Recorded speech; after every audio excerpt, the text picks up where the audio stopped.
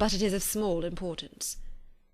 "I might as well inquire," replied she, "why with so evident a desire of offending and insulting me you chose to tell me that you liked me against your will, against your reason, and even against your character.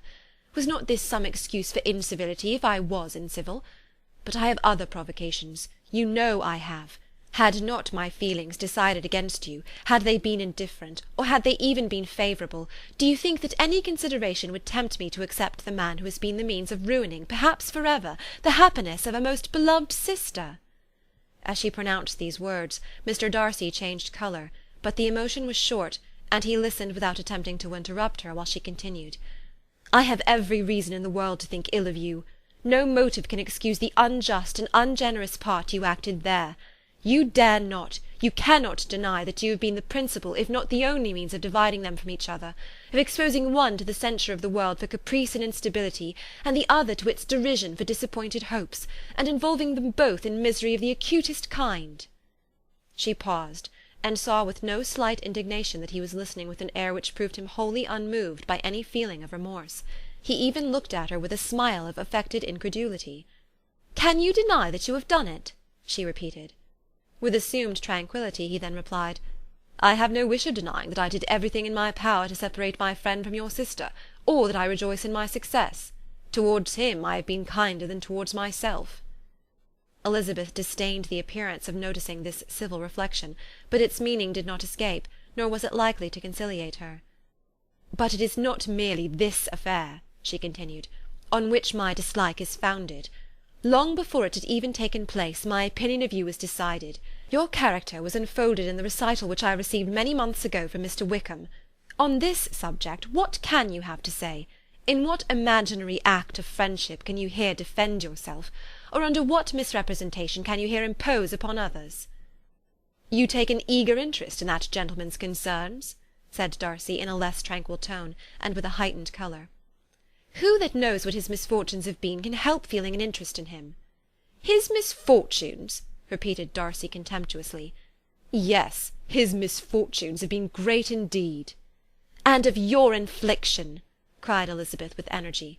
"You have reduced him to his present state of poverty, comparative poverty. You have withheld the advantages which you must know to have been designed for him. You have deprived the best years of his life of that independence which was no less his due than his desert. You have done all this, and yet you can treat the mention of his misfortune with contempt and ridicule." "And this," cried Darcy, as he walked with quick steps across the room, "is your opinion of me? This is the estimation in which you hold me? I thank you for explaining it so fully. My faults, according to this calculation, are heavy indeed. But perhaps," added he, stopping in his walk and turning towards her, "these offences might have been overlooked, had not your pride been hurt by my honest confession of the scruples that had long prevented my forming any serious design.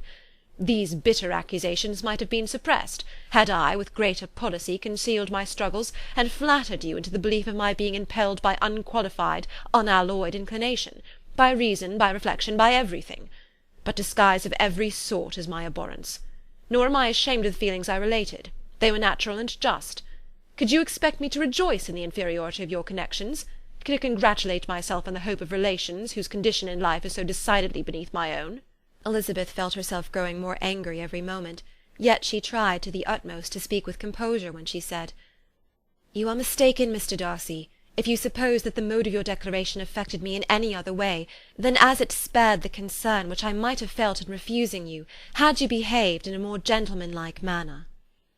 She saw him start at this, but he said nothing, and she continued, "You could not have made the offer of your hand in any possible way that would have tempted me to accept it."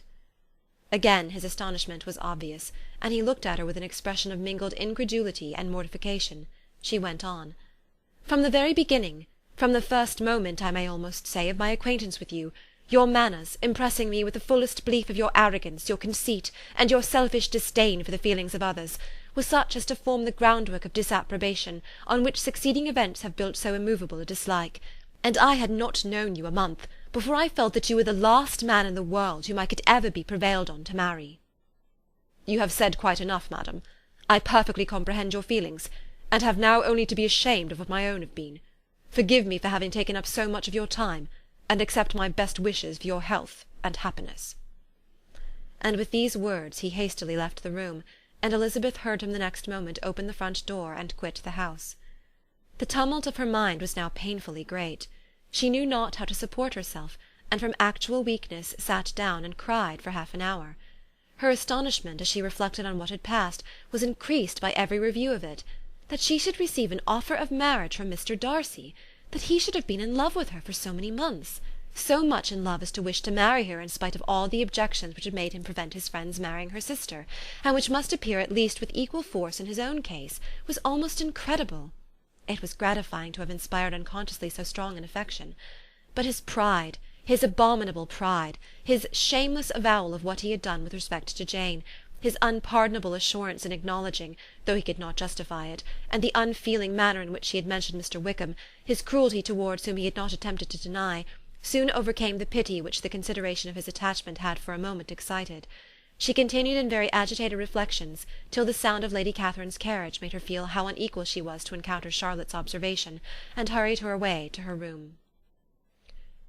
Chapter 34